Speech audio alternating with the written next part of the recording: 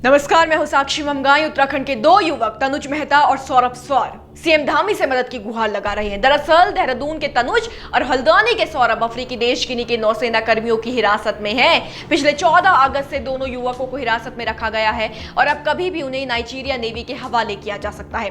Video जारी कर लगातार नाविकों द्वारा सहायता मांगी जा रही है। सौरभ स्वार की पत्नी शोभा स्वार ने तो एसडीएम को मांग पत्र भेजा है और इसे सीएम धामी तक पहुंचाने को कहा है। आइए जानते हैं कि किस जुर्म में उत्तराखंड के दोनों युवकों को बंदी बनाया गया है, किस हालात में दोनों इस वक्त हैं, भारतीय दूतावास रिहाई के लिए कौन से कदम उठा रहा है और क्यों युवक नाइजीरिया को सौंपे जाने से इतने ज्यादा भयभीत है। देखिए रिपोर्ट।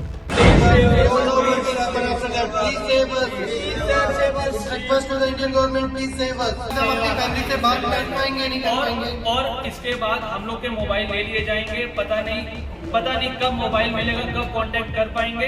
प्लीज हम लोग को बचा लीजिए प्लीज। सबसे पहले मामला समझिए। देखिए, जो उत्तराखंड के दो युवक हैं ये भारतीय नाविक हैं। दोनों एक ही कंपनी में कार्यरत हैं। इनकी कंपनी का जहाज सभी देशों में चलता है।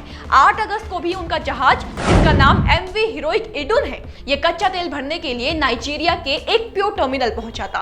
तेल भरने के लिए उनका जहाज टर्मिनल से निकला तो नाइजीरिया ने तेल चोरी का आरोप लगा दिया और गिनी की समुद्री सीमा में प्रवेश करते ही नाइजीरिया के इशारे पर गिनी की नौसेना ने जहाज को रोक लिया। जहाज में सवार सभी लोगों को हिरासत में ले लिया और पिछले 3 महीने से हिरासत में ही रखा गया है।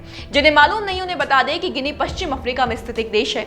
बुरी खबर यह है कि एक तो इस दौरान वहां फंसे नाविक बीमारी से जूझ रहे हैं, ऊपर से इस डर से अलग प्रताड़ित है कि गिनी उन्हें नाइजीरिया को सौंप देगा। Various people suffered from diseases. Like myself, I suffered from malaria and I'm still suffering from typhoid. Other crew members also suffered from malaria. मैं रोशन अरोड़ा, मैं हीरोइक इडुन में 3rd ऑफिसर हूं। हम लोग को अभी इंफॉर्मेशन मिली है कि हम लोग को नाइजीरिया लेके जाया जा रहा है। प्लीज हम लोग की सहायता कीजिए। जी हाँ, जैसा कि आपने सुना, गिनी में हिरासत में लिए गए लोगों ने जहाज से एक वीडियो साझा किया है। इस वीडियो में ये लोग मदद की गुहार लगा रहे हैं। इन लोगों का कहना है कि 3 महीने से बंधक रहने के कारण उनमें से अधिकांश बीमार पड़ गए हैं। देहरादून निवासी कैप्टन तनुज को आप सुन रहे थे। उन्होंने कहा है कि उन्हें पहले मलेरिया हुआ और अब वो टाइफाइड से पीड़ित हैं। यही हाल हिरासत में लिए गए अन्य कर्मचारियों का भी है।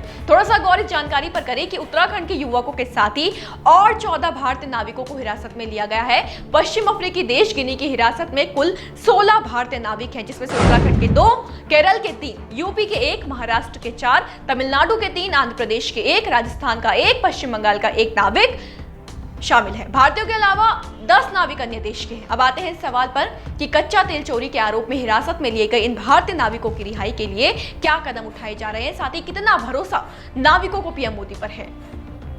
प्रधानमंत्री और फॉरेन मिनिस्ट्री से बहुत हाथ जोड़ के रिक्वेस्ट है और ये हम लोग को इलीगल तरीके से लेके जा रहे हैं। हम लोग को फ्लैग स्टेट मार्शल आइलैंड ने डिटेन कर दिया है, जिसके कारण हमारा शिप चल नहीं सकता यहाँ से। बट इन लोगों ने हम लोग के लिए टग बोट अरेंज करी है, तो हम लोग को ये खींच के लेके जाएंगे नाइजीरिया तक।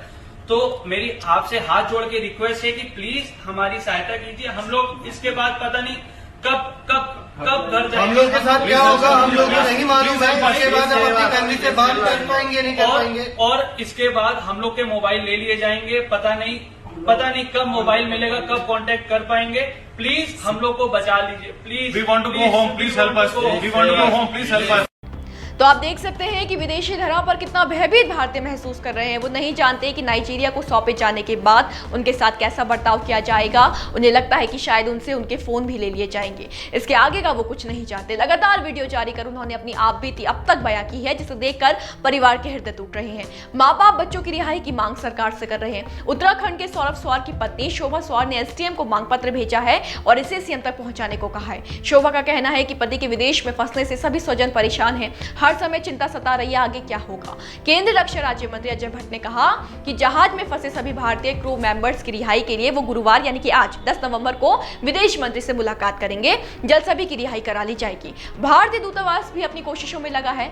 भारतीय दूतावास मध्य अफ्रीकी देश इक्वेटोरियल गिनी में 16 भारतीय नाविकों की रिहाई के संबंध में अधिकारियों के साथ मिलकर काम कर रहा है। इक्वेटोरियल गिनी में भारतीय दूतावास और नाइजीरिया में उच्चायोग दोनों देशों के अधिकारियों के साथ मिलकर एमवी हीरोइक इडून के चालक दल के सदस्यों को मुक्त करने के लिए काम कर रहा है। गिनी के भारतीय दूतावास ने कहा कि वो फोन पर चालक दल के सदस्यों के साथ नियमित संपर्क में है। कहा है कि दूतावास इस पूरे घटनाक्रम पर अपनी नजर बनाए हुए है और इस मामले को जल्द से जल्द समाधान निकालने की कोशिश जारी है। उम्मीद करते हैं कि कोशिश जल्द ही रंग लाए और सभी भारतीय सकुशल देश वापस लौट सके। मामले की हर अपडेट इस मोड़ पर आकर अहम हो जाती है, इसलिए हलचल पर नजर बनाए हुए हैं हम। आप भी अपडेट मिस ना करें और बने रहे देवभूमि इनसाइडर के साथ। आज ही डाउनलोड करें देवभूमि इनसाइडर ऐप।